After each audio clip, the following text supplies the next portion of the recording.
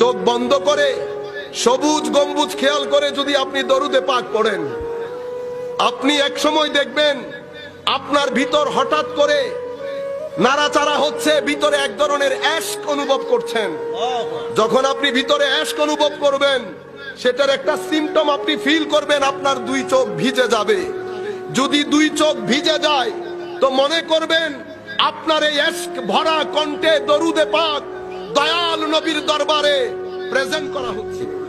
কয়েকবার দরুদে পাক পড়ব, আপনারা ঝুম আওয়াজে দরুদে পাক পড়েন, আমি আপনাদেরকে বেশিক্ষণ কষ্ট দেব না। এটা এই কারণে, এর পরবর্তীতে আমাদের তাকরীর শুরু হলে আমরা কোনো ওয়াজ করতে আসি নাই। ওয়াজ করার জন্য তরবিয়ত লাগে, স্পিরিচুয়াল একটা হাইট লাগে, রাতের সিজদা লাগে, আখলাক লাগে, ভদ্রতা লাগে, তাকওয়া লাগে, খৌফ, খাশিয়ত, ওয়ারা, সব কিছু আপনার কলবের বর্তনে জমা হলে তখন মানুষ ওয়াজ করতে পারে। আমাদের পার্শ্ববর্তী উলামায়ে কেরাম ওয়াজ করতে পারবেন, আমরা ছোটখাটো মানুষ ওয়াজ করতে আসি নাই।